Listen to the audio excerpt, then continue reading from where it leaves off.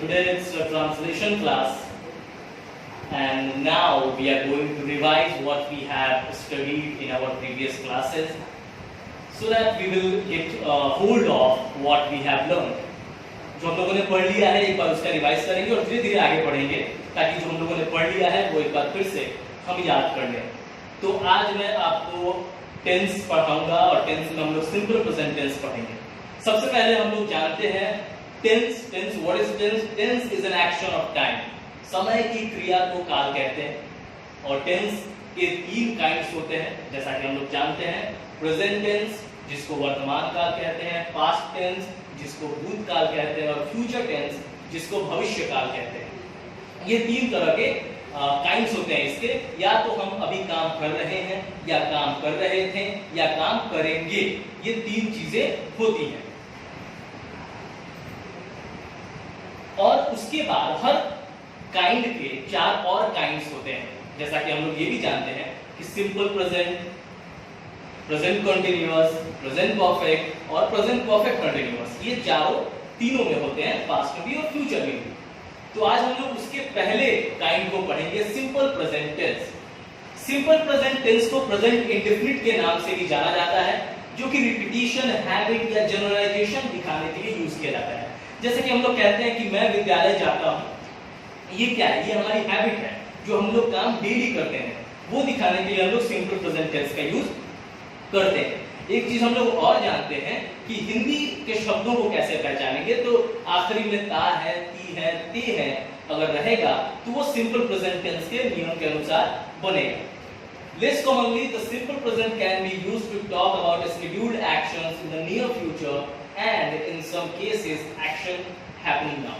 कभी-कभी ऐसा भी होता है कि लास्ट में ता है, ती है नहीं होता है या हैबिट नहीं होता है, लेकिन कोई स्केड्यूल हो कि हाँ ये चीज यहाँ होगा, श्योर होगा। जैसे मुख्यमंत्री कल यहाँ आएंगे तो वो श्योर है, तो उसका भी ट्रांसलेशन हम लोग सिंपल प्रेजेंट टेंस के नियमों के अनुसार करते हैं। तो नियमों की बात हो रही है, तो आखिर नियम क्या है? तो हम लोग जानते हैं कि affirmative, negative, interrogative, negative, WH ऐसे अलग अलग काइंड से अलग अलग स्ट्रक्चर होते हैं।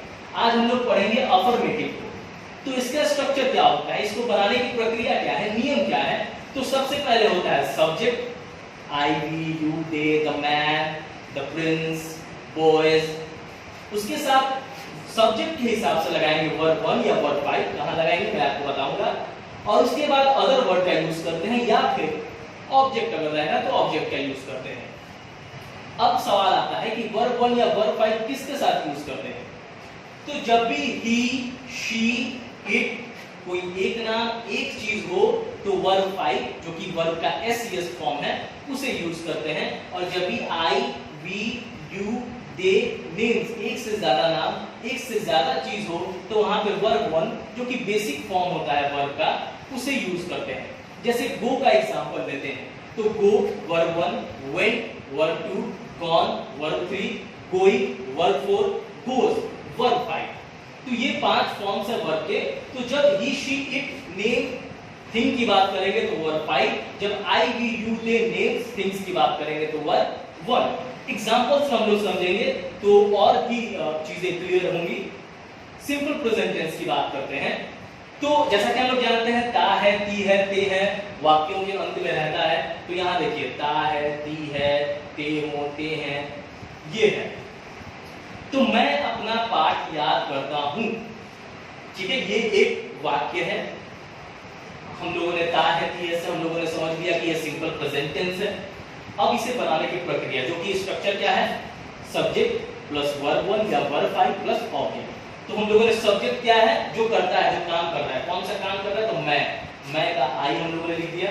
अब वर्ब हम लोग ढूंढेंगे, वर्ब कहाँ है, तो याद करना। याद करना का रिवाइज भी, रिमेंबर भी, मेमोराइज भी, यहाँ लर्न की बात करते हैं। तो सब्जेक्ट प्लस वर्ब 1 क्यों लिख रहे हैं? क्योंकि आई, वी, यू, दे इन शब्दों के साथ हम लोग वर्ब 1 का इस्तेमाल करते हैं। वो हो गया। अपना का हो जाएगा आई के अकॉर्डिंग माई, और पार्ट का हो जाएगा लेशन। तो आई लर्न माई लेशन। ये क्लियर? सीता एक मधुर गाना गाती है।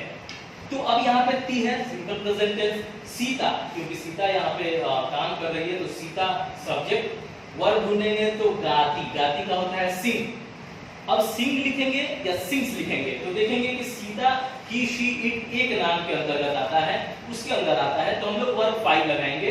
तो सीता सिंग्स, एक है तो ए, और मधुर गाना है तो स्वीट सॉन्ग। ऐसे ही तुम एक पत्र लिखते हो तो यू के साथ वर्ब 1 अदर वर्ड। वे अपना पाठ याद करते हैं, दे के साथ वर्ब 1 अदर वर्ड। ये हुआ आपका सिंपल प्रेजेंट टेंस।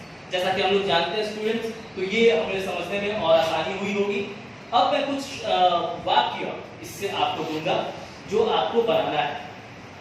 होमवर्क, ये आपका 10 सेंटेंसेस है जिसे आपको ट्रांसलेट करना है इंग्लिश में according to the rule of simple present tense. अब यहाँ पे आप क्या कर सकते हैं, तो आपके पास दो उपाय हैं। या तो आप इसका स्क्रीनशॉट ले लीजिए, you know how to take a screenshot. Screenshot लेने के बाद इसे आप कॉपी में आराम से लिख के उसका ट्रांसलेशन करके अपने रिस्पेक्टेड ग्रुप में पोस्ट कर देंगे। या फिर अगर आपके पास समय है तो आप यहीं पॉज करके इसे कॉपी में उतार के और फिर आगे बढ़ा देंगे। जिसे स्क्रीनशॉट लेने नहीं आता हो वो यहाँ पॉज करके बनाकर उसे ग्रुप में डालेंगे। मैं एक बार क्वेश्चन आपको पढ़ देता हूँ। मैं पढ़ता हूँ, हम लोग खाते हैं, वह जाता है, मेरा भाई खेलता है, वे लोग दौड़ते हैं, अंशु हंसता है, तुम गाते हो, मेरे दोस्त लोग नाचते हैं, मैं एक पुस्तक पढ़ता हूँ, सूर्य पूरब में उगता है। ये आप लोगों के 10 वाक्य हैं, ये आप लोगों का होमवर्क है। Okay, so I will see you in the groups, translate it beautifully and correctly, and then we will go forward. That's all for now. Thank you.